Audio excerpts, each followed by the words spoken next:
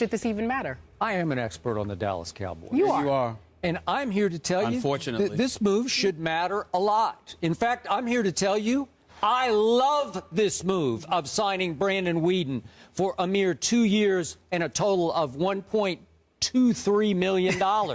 You want to talk about a steal? You want to talk about a bargain buy? Stephen A. Smith, you don't think I like having Brandon Weeden as a backup to one Tony Romo, who's coming off back surgery, and as we know, he's always got some cracked ribs or something going on with him. I loved Brandon Weeden before the draft. You remember that I made his case on this show several times. I didn't make a case that he should be the first overall pick, but when he went 22nd to Cleveland, I thought that was about right. He wound up with a terrible team at a terrible time, but he had flashes of brilliance because Brandon Weeden can sling the football. And I'm going to remind you, last year at Oklahoma State, he outplayed one Ryan Tannehill in a victory over Texas A&M. He outplayed one Robert Griffin III in a victory over Baylor. He even outplayed in a bowl game that guy, what's his name, that lucky guy? Oh, Andrew Luck. He outplayed Andrew Luck when Luck was at Stanford in the bowl game. Victory, Oklahoma State. So my point is, I liked him going in. I saw, what did he have? 1, 2, 3, 4. He had 4 300-yard-plus passing games as a Cleveland Browns starter in 20 games. Not all that bad. Again, the Browns fans got down on him because they thought he was going to be a savior. I don't think Andrew Luck could have saved that Browns team. So do I like him as a potential backup if, in fact, Kyle Orton retires? And he's been making a lot of statements about, I'm thinking strongly about retiring. So do I like having him in camp just in case he needs to be the backup? I do. Thank you very much. It matters. Very Tebow-esque conversation we're having. I don't think there's anything to do with Tim Tebow-esque. That's the second reference to Tebow. You can't help yourself. What is wrong with you? Allow me to finish. Twitter, attack. I don't know. I hope they don't attack me for this. Let me tell you something, man. Brandon Weeden, we are sitting here this morning talking about a backup quarterback for the Cowboys who would be lucky to be a backup quarterback, by the way. Listen, met the kid, seemed like a really nice guy. All of those things that you talked about him in college, I totally agree. Bad team with the Cleveland Browns. They've obviously been in flux with their coaches, with their organization as a whole, with ownership over the 2 years that he's been there. No doubt about it. But 5-11 and 4-12 is 5-11 and 4-12. 9 touchdowns and 9 interceptions is 9 touchdowns and 9 interceptions. A 50, what is this? Completion percentage of 57 his rookie year. Not bad. Certainly not bad. But then 52%? Very Mark Sanchez-like, for crying out loud. So, again, when we talk about him being with the Cowboys, first of all, it's just irrelevant because we may not even see him. And, oh, by the way, let's keep this in mind also. If Tony Romo is remotely healthy, he ain't coming out.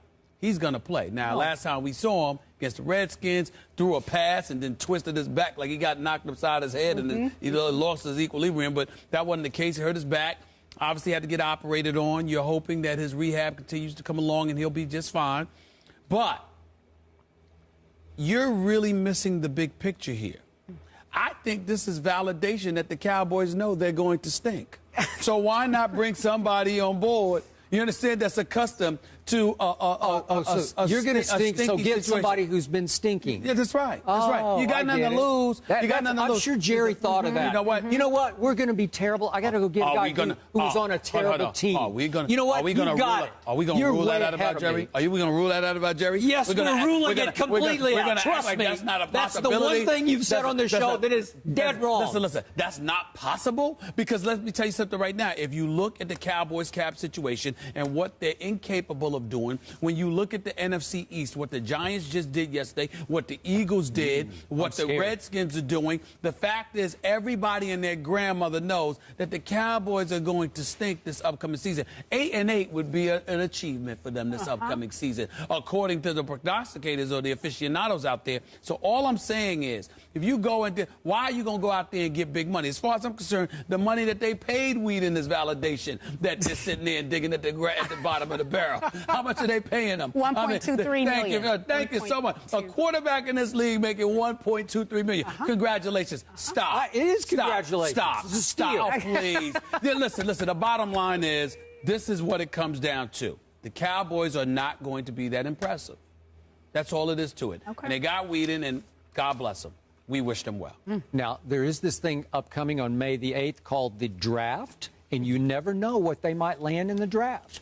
Dare I say, as these quarterbacks get discounted down the draft, Another one? Well, could it be? The bottom line could is, it be that Johnny Manziel would somehow fall? Maybe into the so. neighborhood Maybe of the so. Dallas As long as Cowboys? you're willing to acknowledge the only reason why Brandon Weeden is a remotely relevant topic is because it's an excuse to talk about the Cowboys because we know they're going to stink, but it's America's team and they're popular with the stars and the helmet and the midfield and the cheerleaders and all of this other stuff because it's Big D. So you know what? Got to talk about the Cowboys. Brandon Weeden.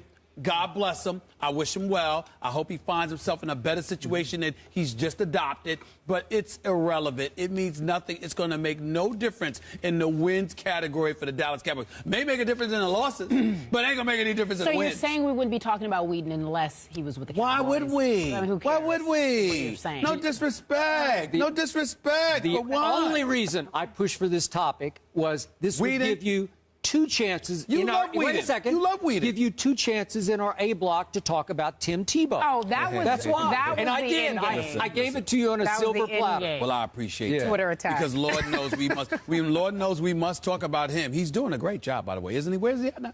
Oh. Oh, my.